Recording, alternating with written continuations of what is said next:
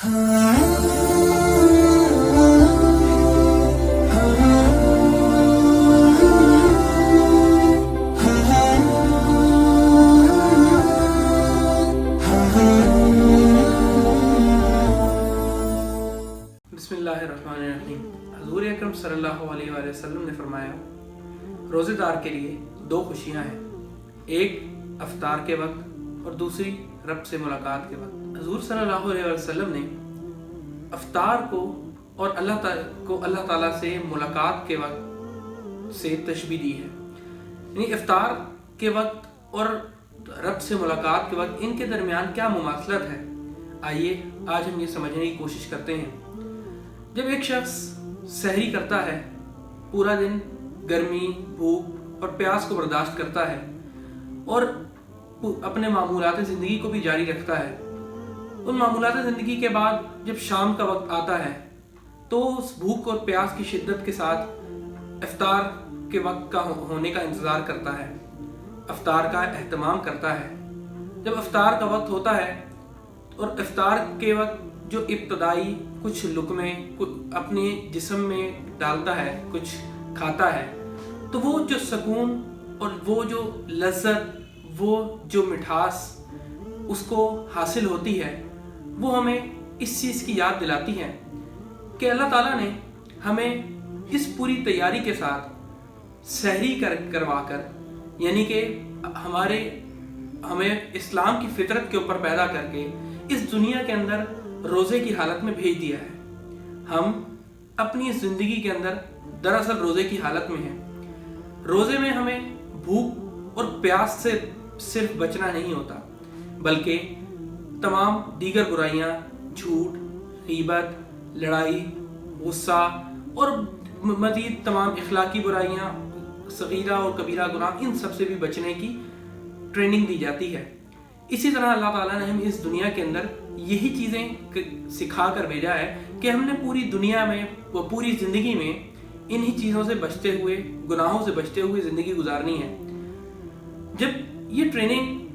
इसकी तज़किये के लिए रमज़ान आता है, जब इंसान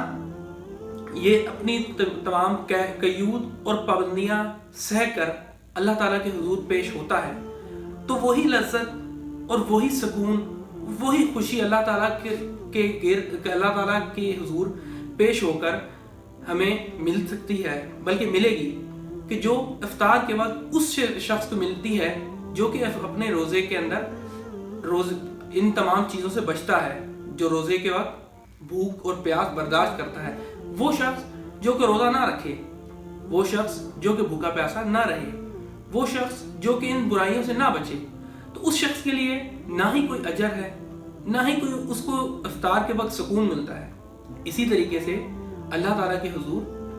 जो शख्स ज़िंदगी में रोज़े से ना रहा हो, तो उसके लिए इफ्तार की लज्जत और खुशी नहीं है। अल्लाह ताला के हुजूर इफ्तार की वो खुशी जो हम पहला लुक़मा लेते हैं अल्लाह ताला के रोज़े महशर में, जब अल्लाह ताला हमें ऐलान करेगा, फ़दख़ुली फ़ी इबादी वदख़ुली जन्नती,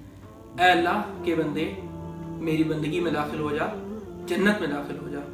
उसकी जो खुशी है वो वही शख्स जान सकता है कि जिस शख्स ने अपनी ज़िंदगी के अंदर रोज़े की हालत गुजारी हो। इसी तरह इफ्तार हमें अल्लाह पर भरोसा और ईमान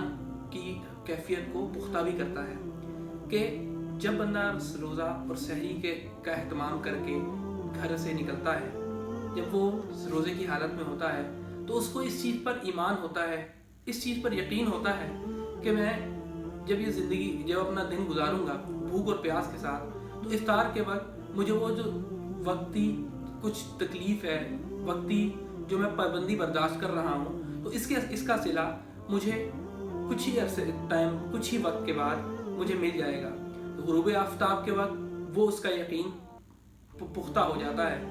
यही चीज़ हमें अल्लाह ताला पर ईमान का सबूत देती है, अल्लाह ताला पर ईमान की पुख्तगी सिखाती है कि जब हम इस दुनिया के अंदर आए हैं, हमें अल्लाह ताला ने भेजा है, तो हमें इस बात पर, रोज़े महशर पर, यौम आखिरत पर यकीन रखना चाहिए। यही चीज़ हमें सिखाती है कि जब हमें अल्लाह ताला ने सिखा कर समझा बुझा कर इस दुनिया के अंदर भेज दिया है, तो हम एक दिन अल्लाह ताला के हुजूर पेश होंगे, और जब ہم اللہ تعالیٰ کے حضور پیش ہوں گے، ہمیں مایوسی اور نا امیدی سے ہمکنار نہیں ہونا چاہیے، بلکہ اس بات پر یقین رکھنا چاہیے، اس بات پر ایمان پختہ رکھنا چاہیے کہ ایک روز ہمیں اللہ تعالیٰ کے حضور پیش ہونا ہے۔ اللہ کے رسول صلی اللہ علیہ وآلہ وسلم کا فرمان ہے کہ الدنیا سجن المومن و جنت الکافر، دنیا مومن کے لیے قید خانہ ہے اور کافر کے لیے جنت۔ روزہ بھی ہمیں اسی چیز کا سبق دیتا ہے کہ اس دنیا کے اندر جس طرح مومن کے لیے پابندیاں اور بندشیں ہیں، جبکہ کافر کے لیے کوئی پابندی نہیں، کافر جس طرح چاہے زندگی گزار سکتا ہے، لیکن روز آخرت مومن کے لیے وہی جو قیود اور مشکلات ہیں وہ آسانیاں بن کر، وہ اس کے لیے نعمتیں بن کر جنت کی صورت میں اس کو ملیں گی۔